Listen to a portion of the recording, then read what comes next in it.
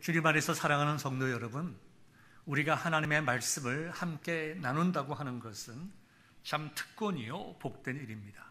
오늘도 주시는 말씀을 통해서 저와 여러분들이 은혜를 받고 새로운 힘과 소망을 얻기를 바랍니다. 여러분들이 아시는 대로 출애굽기는 40장으로 구성이 되어 있는데요, 지난 7월 말까지 1장부터 20장 중반까지 보았습니다. 즉 출애굽기를 주시는 내용까지 우리가 말씀을 함께 나누었습니다. 이제 오늘부터 다시 출애굽기로 돌아가서 끝까지 강해를 하도록 하겠습니다.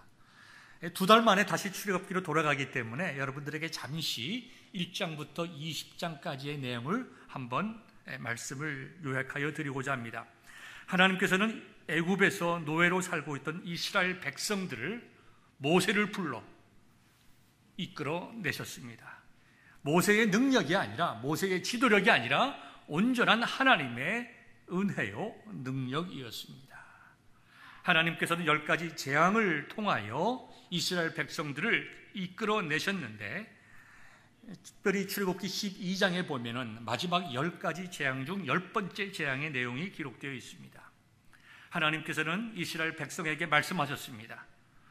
1년 된 흠없는 숫 양이나 숫 염소를 잡아서 그 피를 문 좌우 설주와 문설주와 인방에 피를 바르고 그 고기를 먹고 무교병과 쓴 나무를 먹으라고 하였습니다. 하나님께서 그날 밤에 10번째 재앙을 내리셔서 애굽에 있는 모든 초태생들의 생명을 취하셨지만, 하나님의 말씀에 순종하여 양의 피를 문설주와 인방에 바른 하나님의 백성들은 그 죽음의 그 고통 속에서 구원하심을 받았습니다. 이 죽음이 넘어갔습니다. 죽음의 영이 하나님의 백성들의 집을 넘어갔다고 해서 그날을 우리가 유월절이라고 말씀을 하고 있는 것입니다. 하나님께서는 이 날을 기념하여서, 즉 하나님께서 그의 사랑하는 백성들의 생명을 구원하여 주신 것을 기억하고 영원한 규례로 지키라고 말씀하셨습니다. 이것의 영적인 의미를 좀 더 여러분에게 말씀을 드리면, 이스라엘 백성들이 하나님의 말씀에 순종하여 유월절의 피를 믿음을 가지고 말씀에 순종하여 문설주와 인방에 발랐다고 하는 것은 곧 무엇을 의미하냐 하면, 우리가 예수 그리스도의 보혈을 믿음으로 받아들임으로 생명 얻었음을 말하고 있는 것입니다. 또한 이스라엘 백성들은 하나님을 믿고 순종함으로 모세의 인도를 따라 출애굽하였습니다. 하나님께서 낮에는 구름 기둥으로, 밤에는 불기둥으로 그들을 인도하시고 홍해를 건너가게 하시고, 그들의 양식이 떨어졌을 즈음에 만나와 메추라기를 주셔서 그들을 먹이셨습니다. 하나님께서는 말씀에 순종하는 그들의 백성으로 삼으시기 위해서, 또한 하나님께서 그들에게 말씀을 주시고 그들로 하여금 하나님의 백성을 거룩한 백성으로 삼으시고 세상의 나라와 민족들을 하나님 앞으로 인도하여 내는 제사장 나라로 삼으시겠다고 약속해 주셨습니다. 그리고 그 하나님의 마음, 하나님의 약속이 무엇인지 잘 깨달아 알 수 있도록 요약하여 이스라엘 백성들에게 주신 말씀이 십계명입니다. 그러므로 우리가 십계명을 지킨다고 하는 것은 하나님의 뜻을 알고 하나님의 마음을 이해하여 그 하나님께 순종하는 것입니다. 하나님의 거룩한 자녀들이기 때문에 하나님의 말씀에 우리가 순종하는 것입니다. 어떤 사람들은 십계명을 괴롭다, 우리를 무겁게 하는 짐이다, 우리의 삶을, 우리의 행동을 제한하거나 구속하는 것이다. 여러분, 그렇지 않습니다. 하나님은 우리에게 십계명을 주심으로 우리로 하여금 죄로부터 자유롭게 하나님을 섬기고 아름답고 고귀한 삶을 살아갈 수 있도록 인도하십니다. 그렇기 때문에 사랑하는 여러분들, 하나님의 말씀의 핵심인 이 십계명을 잘 기억하고 또 증거함으로 여러분들의 인생들이 복되고 의미 있고 아름다운 인생 되시기를 바랍니다. 하나님께서 우리에게 주신 이 십계명은 크게 두 부분으로 나눠져 있습니다. 첫 부분은 1계명부터 4계명까지로 하나님께 대한 계명입니다. 우리가 이제 스크린 보면서 이 4계명, 4가지 계명을 함께 한 목소리로 우리 함께 읽겠습니다. 제1은 너는 나 외에는 다른 신들을 내게 두지 말라. 제2는 너를 위하여 새긴 우상을 만들지 말고 그것들에게 절하지 말며 그것들을 섬기지 말라. 제3은 너는 내 하나님 여호와의 이름을 망령되게 부르지 말라. 제4는 안식일을 기억하여 거룩하게 지키라. 이와 같이 하나님께서는 첫 4계명을 통해서 하나님의 자녀들이 하나님을 온전히 사랑하며 경외하고 예배할 것을 말씀하고 있습니다. 두 번째는 5계명부터 10계명까지로 나눠져 있는데요, 다시 한번 우리는 또 스크린 보면서 큰 소리로 읽겠습니다. 제5는 내 부모를 공격하라. 제6은 살인하지 말라. 제7은 간음하지 말라. 제8은 도둑질하지 말라. 제9는 내 이웃에 대하여 거짓 증거하지 말라. 제10은 내 이웃의 집을 탐내지 말라. 사람에 대한 계명입니다. 이 사람에 대한 계명의 핵심은 부모에게 효도하고 이웃을 사랑하라고 하는 것입니다.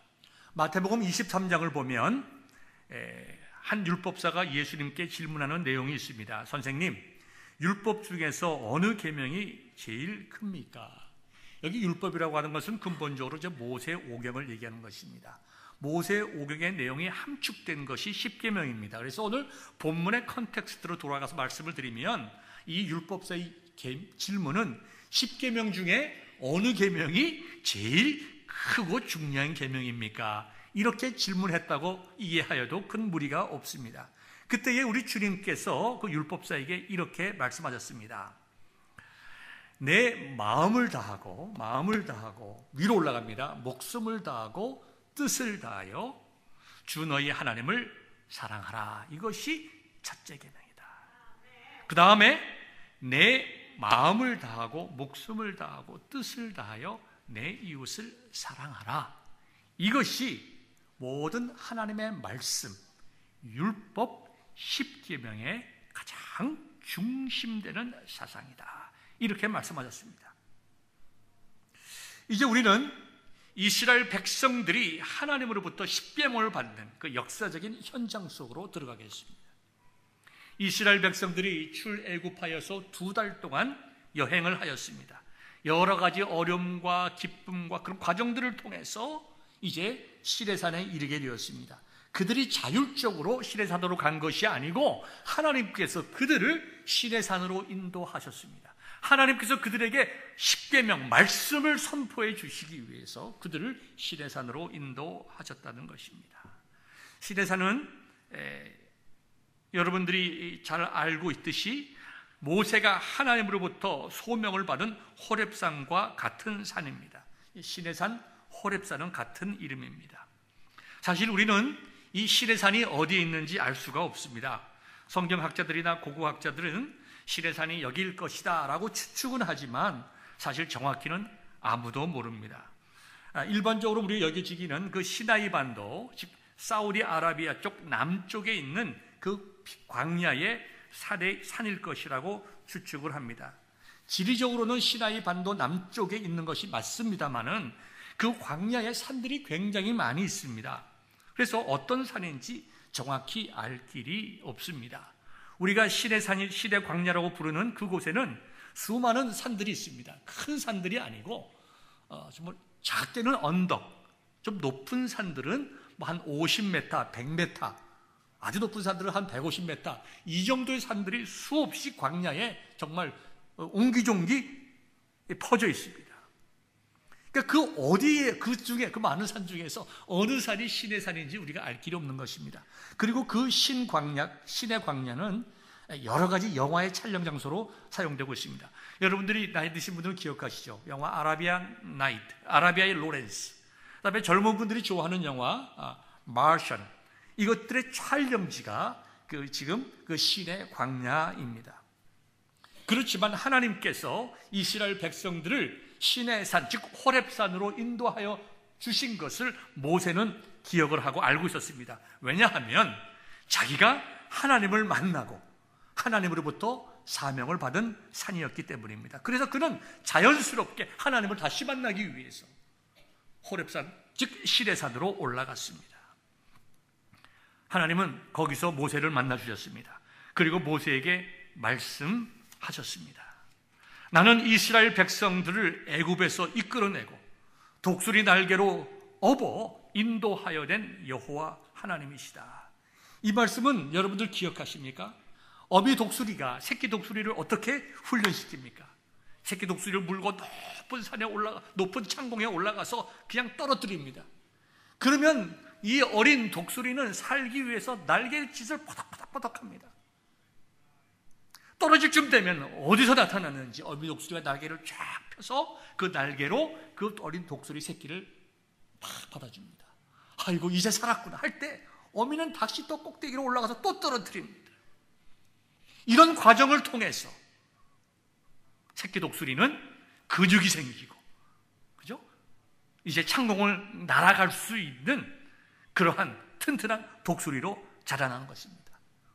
아마 하늘에서 떨어질 때에 얼마나 괴로웠겠어요. 얼마나 무서웠겠어요. 그러다 자기는 죽는다고 생각했지만 죽는 것이 아닙니다.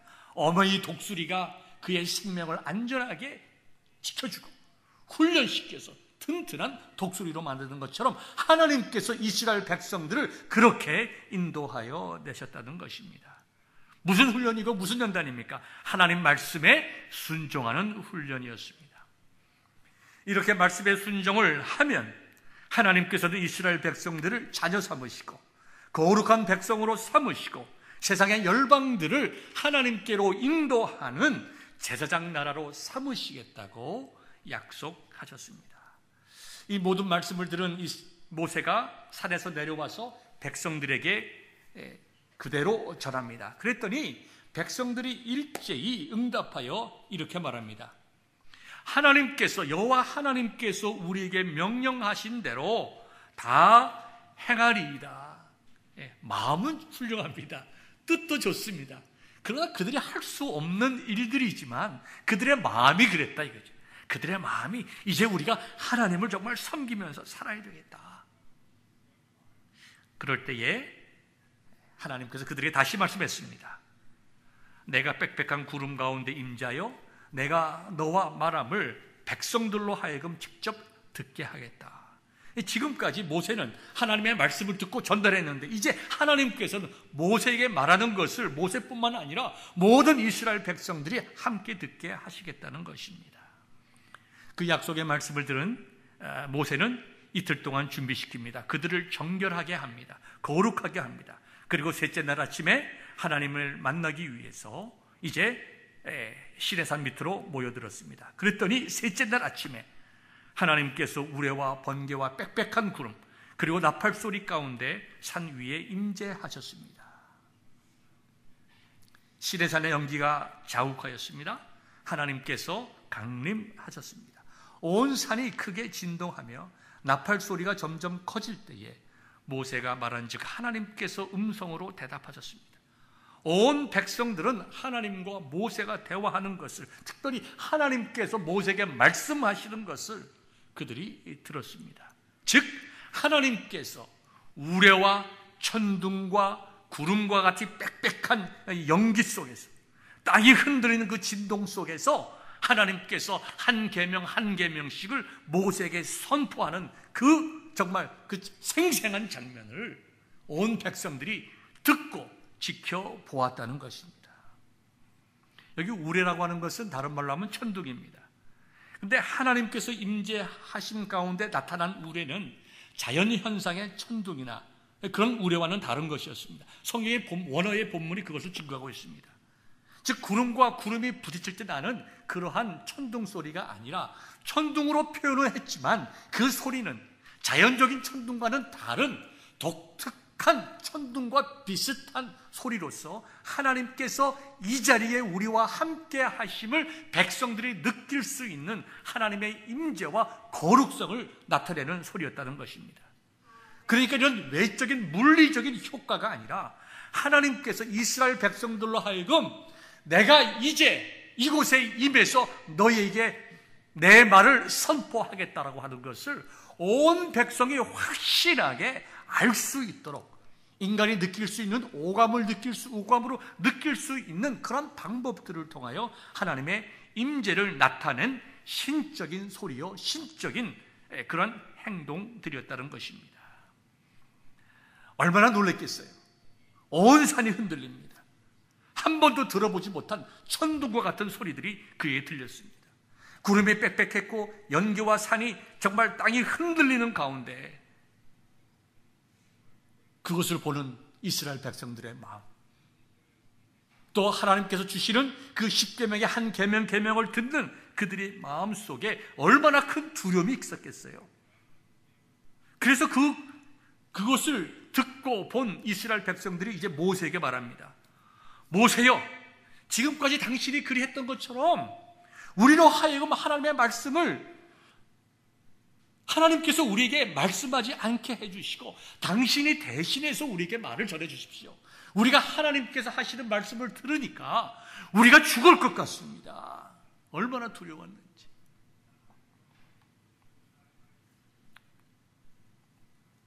하나님께서 두 가지 의미를 가지고 목적을 가지고 이와 같이 하셨습니다. 첫째는 온 백성들이 눈으로 보고 똑똑히 알 수 있도록 하나님께서 모세에게 말씀하신 것은 백성들로 하여금 하나님께서 모세와 함께 하시고 모세를 리더로 지도자로 세우시고 모세가 하는 말이 하나님께서 하시는 말씀인 것을 백성들로 하여금 확실하게 믿게 하기 위함이었습니다. 그리고 또 하나는 선포되는 하나님의 말씀을 경외하고 두려워하는 마음으로 온전하게 지킬 것을 원하시는 하나님의 말씀이 이와 같은 말씀, 특별한 말씀 선포를 통하여 나타나 있다는 것입니다. 근데요, 참 귀한 말씀들이 이제 나오기 시작을 합니다. 백성들이 이렇게 두려워할 때에 모세가 백성들에게 말합니다. 백성들이여, 두려워하지 마십시오. 하나님께서 이와 같이 우리에게 임한 것은 우리를 시험하시고 우리로 하여금 하나님을 경외하여 죄 짓지 않게 하기 위함입니다. 그렇죠? 첫째, 모세는 이스라엘 백성들을 위로했어요. 두려워하지 마십시오. 하나님은 우리를 죽이시는 분이 아니시라 우리를 살리시는 분이십니다. 하나님께서 우리에게 이렇게 임한 것은 우리로 하여금 하나님 앞에서 우리 자신들을 뒤돌아보고 우리가 회개하고 온전하게 하나님 앞에 서게 하기 위함이십니다. 이와 같이 백성들을 위로했습니다. 여러분, 두려움은 죄의 결과입니다. 죄를 지으면 두려움이 생깁니다. 죄인들은 하나님 앞에 설 수가 없습니다. 하나님 앞에 서는 그 자체가 죽음입니다. 그러나 하나님께서는 우리에게 죄 짓지 말라고, 죄를 지으면 두려움과 공포가 생긴다고 우리에게 말씀하시는 것 이전에 우리로 하여금 죄 짓지 않는 것이 우리로 하여금 얼마나 복된 인생을 살아가게 하시는가, 죄 짓지 않고 하나님 말씀대로 살아가는 것이 참으로 귀하고 아름다우고 복된 인생임을 알게 하시기 위해서 우리에게 말씀을 주셨다는 것입니다. 여러분, 예레미야서 29장 11절부터 13절까지를 여러분 잘 아시죠? 이렇게 기록되어 있습니다. 여호와의 말씀이니라. 너희를 향한 나의 생각을 내가 아나니 평안이요 재앙이 아니니라. 너희에게 미래와 희망을 주는 것이니라. 너희가 내게 부르짖으며 내게 와서 기도하면 내가 너희들의 기도를 들을 것이요 너희가 온 마음으로 나를 구하면 나를 찾을 것이요 나를 만나리라 그랬습니다. 이스라엘 백성들이 하나님 앞에 섰을 때에, 그의 음성을 들었을 때에 그들은 이제 죽는다라고 생각했지만 아니다, 내가 이곳에 임하고 너에게 말씀을 주는 것은 너희로 하여금 살게 하기 위함이다. 여러분, 하나님의 말씀은 우리를 죽이는 것이 아니요 우리를 살리는 것임을 믿으시기 바랍니다. 죄로 인하여 두려움에 빠지기보다 죄를 발견했으면 회개하고 하나님과의 관계를 회복하고 용서를 구하고 용서해 주실 때에 기쁨과 감사함으로 하나님을 경외하라고 하는 것입니다. 이와 같이 하나님께서 주시는 말씀의 참된 의도를 알았을 때에 하나님께서 그들에게 세 가지 말씀을 주십니다. 그것이 오늘 본문 뒷부분에 있는 내용입니다. 첫 번째, 23절에 나와 있는 말씀인데요. 너희는 나를 비겨서 은으로나 금으로나 신상을 만들지 말라. 우상을 섬기지 말라는 것입니다. 우상을 만들어 놓고 하나님이라고 거짓말하지 말라는 것입니다. 우상을 만들어 놓고 이것이 하나님이라고 스스로 속지 말라는 것입니다. 거짓 숭배하지 말라는 것입니다. 하나님을 섬기는 방법을 우상 섬기듯이 섬기지 말라는 것입니다. 여러분, 우상이 무엇입니까? 우상은 어리석은 인간이 자기의 유익을 위하여 만들어 놓은 것입니다. 내가 우상을 만들어 놓고 여기에 절을 하면 이 우상이 나를 복주실 것이다. 복줄 것이다. 내가 우상을 딱 만들어 놓고 멋지게 만들어 놓고 금으로도 만들어 놓고 은으로도 만들어 놓고 열심히 빌고 절을 하면 이 우상이 내가 만든 우상이 나에게 복을 주실 것이다. 이 얼마나 어리석은 일입니까? 우상에는 생명이 없습니다. 그죠? 어리석은 인간이 스스로 속는 것이죠. 그러나 하나님께서는 우리를 창조하시고 우리에게 자유의지를 주시고 대화하기 원하시고 인격적인 관계에 갖기 원하십니다. 하나님을 사랑하는 모든 자녀들에게 참된 기쁨과 행복과 즐거움을 주시는 살아계시는 하나님이십니다. 그래서 우리가 우상을 숭배한다고 하는 것은, 우상 숭배하듯이 하나님을 섬기는 것은 하나님께서 우리를 창조하신 창조 목적에 어긋날 뿐만 아니라 우리를 창조하신 하나님의 목적을 거역하는 것입니다. 배반하는 것입니다. 그것은 죄입니다. 왜냐하면 우리가 하나님을 우상 섬기듯이 섬기면 그건 하나님을 내 삶의 수단으로 생각하는 것이고 하나님의 창조 목적에 어긋나는 것입니다. 22절에 보니까 어떻게 섬겨야 할 것을 말씀을 하고 있습니다. 하나님께서 22절에 이렇게 말씀하셨습니다. 내가 하늘로부터 너에게 말하는 것을 너희 스스로 보았으니, 즉 하나님께서 우레와 번개와 구름과 나팔 소리와 땅이 흔들리는 진동 가운데 임하셔서 십계명을 주신 것은 하나님의 임재가 말씀으로 바뀌었다는 것을 우리에게 알려주신 것입니다. 하나님께서 임재하신 그곳이 하나님의 말씀이 선포되는 곳이었습니다. 하나님의 임재라고 하는 백성들이 느낄 때 물리적인 현상이 하나님께서 우리에게 말씀하시는 진리로 다가오게 되었다는 것입니다. 그러므로 하나님께서 우리 가운데 계신다고 하는 것을 경험한다라고 하는 것은 내가 하나님의 말씀을 깨닫고 말씀대로 살아갈 때에 경험되어지는 것입니다.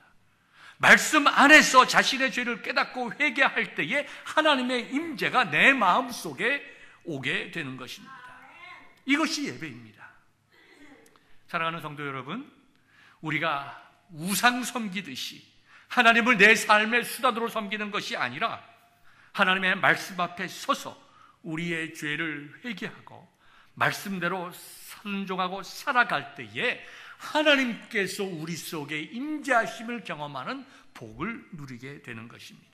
이와 같은 남다른 은혜와 복을 경험하시기를 주님의 이름으로 축원합니다. 두 번째는 하나님을 예배하되 바르게 예배하라고 하였습니다. 제사를 드릴 때에 토단을 쌓고 돌로 제단을 쌓게 되면 돌을 다듬지 말라고 하였습니다. 화려하게 만들지 말라고 하는 것이죠. 우상 숭배의 특징들이 있습니다. 그것은 뭐냐 하면 사람의 눈에 보이게 화려하게 하는 것입니다. 크게 만드는 것입니다.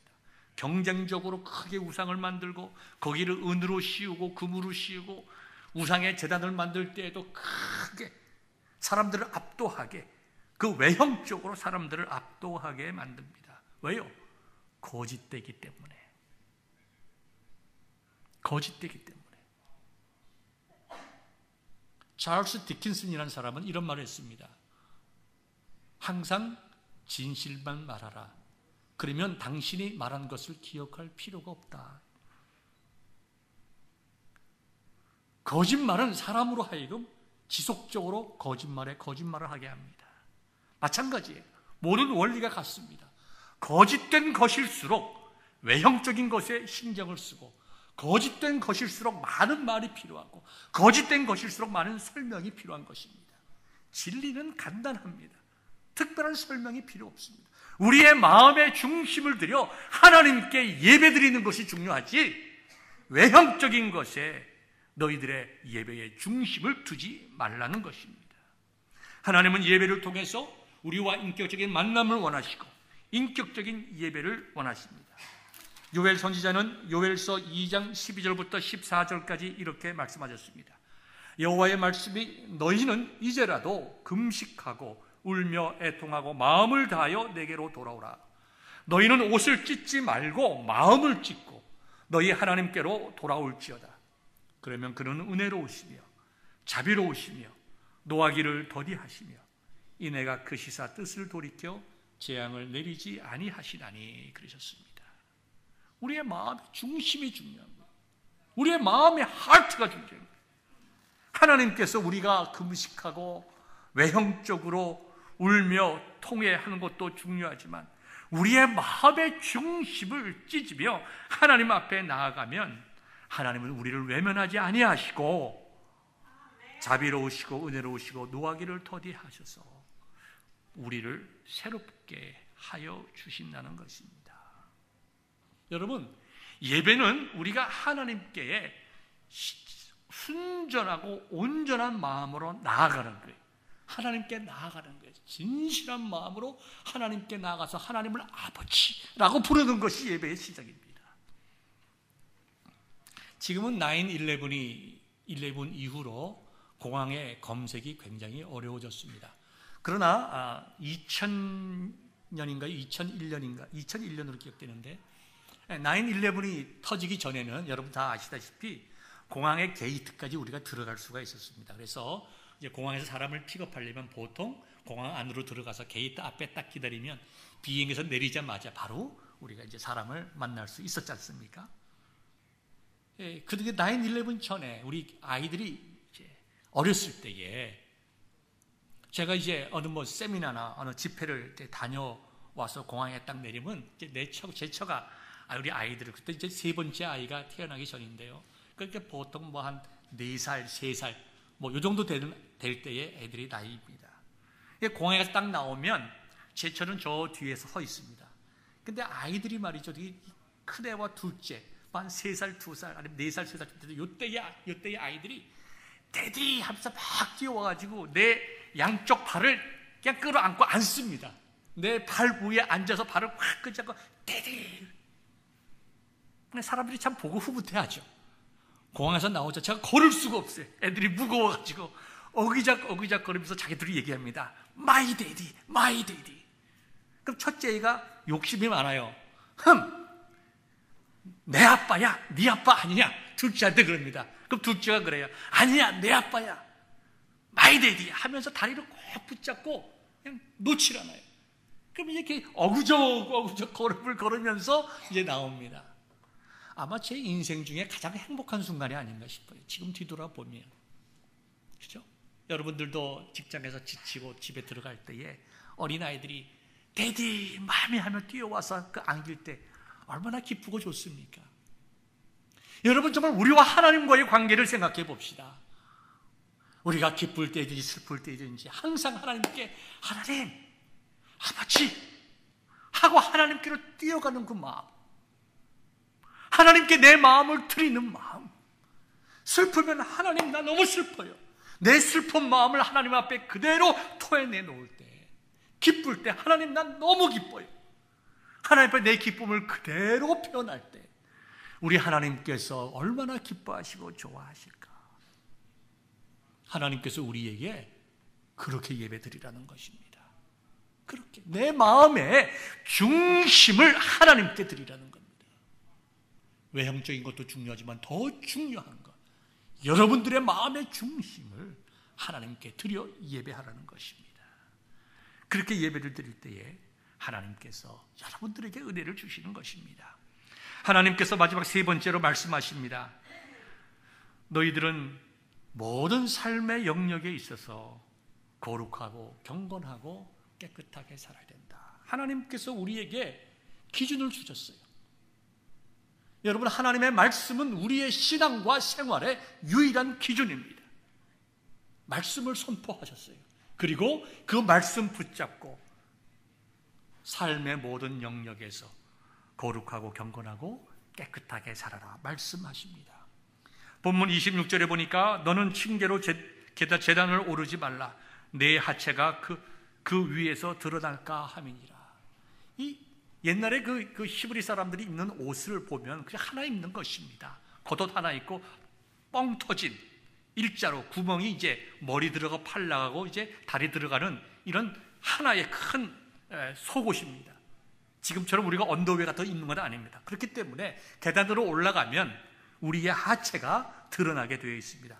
그것은 하나님께 불경한 것이라고 그렇게 말씀을 하였습니다. 인간의 양심이 그것을 증거하고 있는 것이죠.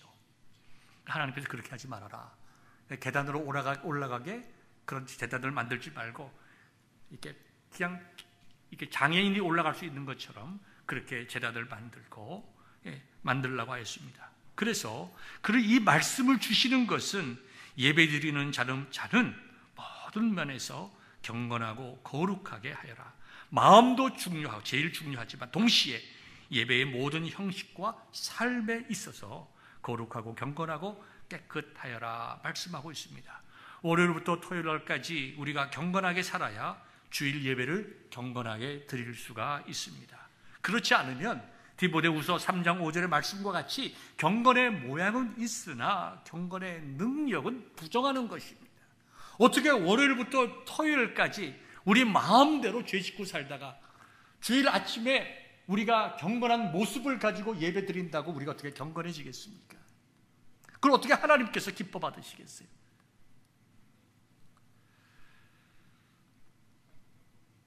사랑하는 성도 여러분, 우리의 예배라고 하는 것은 한 주간 동안 하나님의 은혜와 능력 가운데 또 우리가 경건하게 삶으로 승리했음을 하나님께 고백하고 감사하고 새로운 한 주도 우리가 이렇게 은혜와 능력과 승리의 삶을 살아갈 수 있도록 하나님께 복을 구하는 것이 바른 예배가 아닙니까?